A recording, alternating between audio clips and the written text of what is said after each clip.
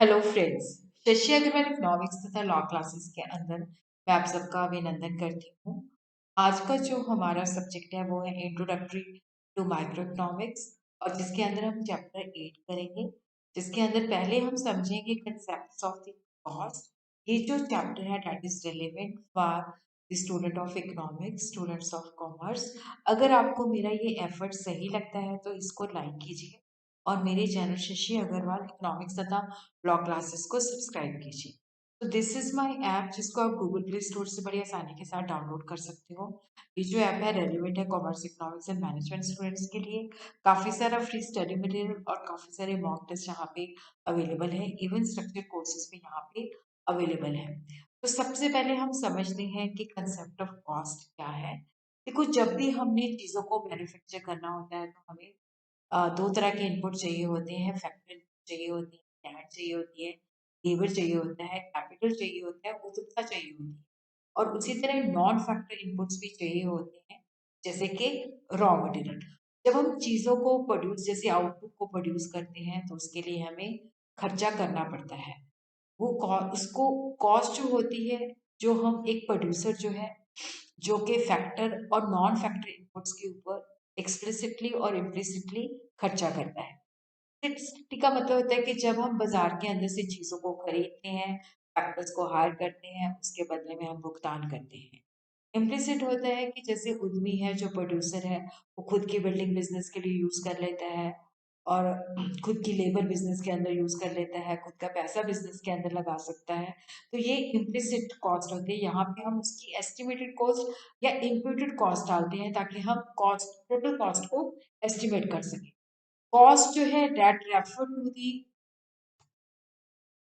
expenditure incurred by a producer explicitly or implicitly on the factor input as well as non-factor input for a given output of a commodity। कि जो चीजें हमने produce करनी है उसके ऊपर जो फैक्टर इनपुट के ऊपर और जो नॉन फैक्टर इनपुट के ऊपर खर्चा आता है, उसको हम जो है कॉस्ट कहते हैं। टोटल कॉस्ट जो होती है explicit cost plus implicit cost का जोड़ होती है। और एक्सप्लिसिट कॉस्ट जो होती है, जो कि आउटसाइडर को हम पे करते हैं। इम्प्लिसिट कॉस्ट होती है जहाँ पे हम उसकी जो खुद के फैक्टर सप्लाई करते हैं, उसके नोशनल कॉस्ट को कैलकुलेट करते हैं। जब भी हम लागत की बात करते हैं तो लागत का मतलब होता है कि cost is always measured as a opportunity cost. देखो, जब हम कोई चीज खरीदते हैं, उसके लिए भुगतान करते हैं, तो इसका मतलब होता है कि अब वो पैसा हमने उसके ऊपर यूज कर लिया। तो यहाँ पे जो लागत होती है वो हमेशा अपॉर्चुनिटी कॉस्ट होती है, अवसर लागत होती है। अपॉर्चुनिटी कॉस्ट का मतलब होता है कि देखो, जब हम टोटल सेक्रीफाइस करते हैं, चाहे वो एक्सप्लिसिट चाहे वो इम्प्लिसिट कॉस्ट, जब भी हमने एक स्पेसिफाइड लेवल ऑफ आउटपुट को प्रोड्यूस करना होता है, तो देखो जो सेक्रीफाइस जब हम वास्तविक में भुगतान करते हैं, जैसे एक्सप्लिसिट कॉस्ट है, रॉ मटेरियल खरीदा उसके लिए भुगतान कर दिया, लेबर को रखा उसको वेजेस पे कर दी, टेलीफोन का बिल पे कर दिया, बिजली का बिल पे कर दिया, जो हमने आउटसाइडर्स को पेमेंट दी है, तो ये एक्सप्लिसिट कॉस्ट है। तो नेचुरली वहां पे हमने पैसे को यूज कर लिया, वो सेक्रीफाइस कर लिया। इम्प्लिसिट कॉस्ट होती है कि जब हम खुद का बिल्डिंग बिजनेस के लिए यूज करते हैं, उसको हम रेंट पे देते तो हमें इनकम प्राप्त हो सकती है।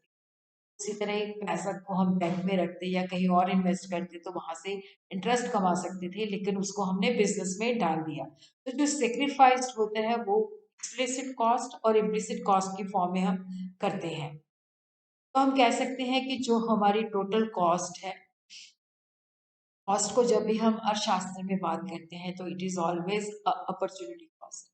तो कॉस्ट जो है that is the plus total of explicit cost plus the implicit cost. तो हम समझेंगे एक्सप्लिसिट कॉस्ट क्या होती है, इम्प्लिसिट कॉस्ट क्या होती है। देखो, जो एक्सप्लिसिट कॉस्ट है, जो कि हम आउटसाइडर्स को पे करते हैं, जैसे कि हमने बाहर से रॉ मटेरियल परचेज किया, उसका भुगतान किया सप्लायर को, हमने लेबर को रखा, उसको सैलरीज दी, वेजेस दी। उसी तरह ही अगर हमारे पास टेलीफोन है ऑफिस के अंदर, तो उसका बिल का भुगतान हम करते हैं। अगर उसी तरह ही हमारा हम बिजली का भुगतान करते हैं, तो ये सारी एक्सप्लिसिट कॉस्ट होती है। The opportunity cost of hiring purchasing from the market, payment made by a firm to other for hiring purchasing input from the market, the expenditure incurred by the producer on the purchase of input from the market is called the explicit cost। जैसे कि हमने labour को wages की पे की, telephone bill pay किया, electricity bill pay किया, raw material को खरीदा। तो ये सारी जो है एग्जाम्पल है एक्सप्लिसिट कॉस्ट की। अब क्वेश्चन ये राइज होता है कि इम्प्लिसिट कॉस्ट क्या है। देखो, इम्प्लिसिट कॉस्ट होती है कि जब प्रोड्यूसर जो है खुद के फैक्टर बिजनेस के अंदर यूज करता है, तो उसकी अपॉर्चुनिटी कॉस्ट को हम कैलकुलेट करते हैं। तो यहाँ पे हम उसकी एस्टिमेटेड कॉस्ट या इम्प्यूटेड कॉस्ट या नोशनल कॉस्ट को कैलकुलेट करते हैं कि अगर वो रेंट पे देता तो उसको इतनी इनकम प्राप्त होती, अगर उसने पैसा बिजनेस में लगाया, अगर वो कहीं और लगाता तो वहां से उसको इंटरेस्ट मिलता। इस तरह से हम उसकी इम्प्लिसिट कॉस्ट जो है, इम्प्यूटेड कॉस्ट जो है कैलकुलेट करते हैं। हाँ, एक्सप्लिसिट कॉस्ट और इम्प्लिसिट कॉस्ट के अंदर क्या डिफरेंस है? देखो, एक्सप्लिसिट कॉस्ट जो है that is the opportunity cost of purchasing input from the market. तो हम इम्प्लिसिट कॉस्ट की बात करते हैं तो यहाँ पे ऑनर जो है, प्रोड्यूसर जो है, उसने खुद के फैक्टर बिजनेस के अंदर डाले हैं, तो वहां पे हम उसकी नोशनल कॉस्ट को कैलकुलेट करते हैं। एक्सप्लिसिट कॉस्ट के अंदर हम आउटसाइडर्स को कैश पेमेंट देते हैं ताकि हम उन चीज़ों को खरीद सकें। यहाँ पे हम इसकी कॉस्ट को एस्टिमेट करते हैं जो खुद के फैक्टर्स उसने बिजनेस के अंदर डाले हैं। तो यहाँ पे जैसे बिल्डिंग यूज की है तो उसका नोशनल रेंट कितना है, अगर उसका खुद का पैसा लगाया है तो नोशनल इंटरेस्ट कितना है। एक्सप्लिसिट कॉस्ट का होता है कि जब हमने रॉ मटेरियल परचेज किया है, उसकी पेमेंट की है, जब लोगों को रखा हुआ है तो सैलरी और वेजेस पे किया है, टेलीफोन बिल पे किया है, इलेक्ट्रिसिटी बिल पे किया है।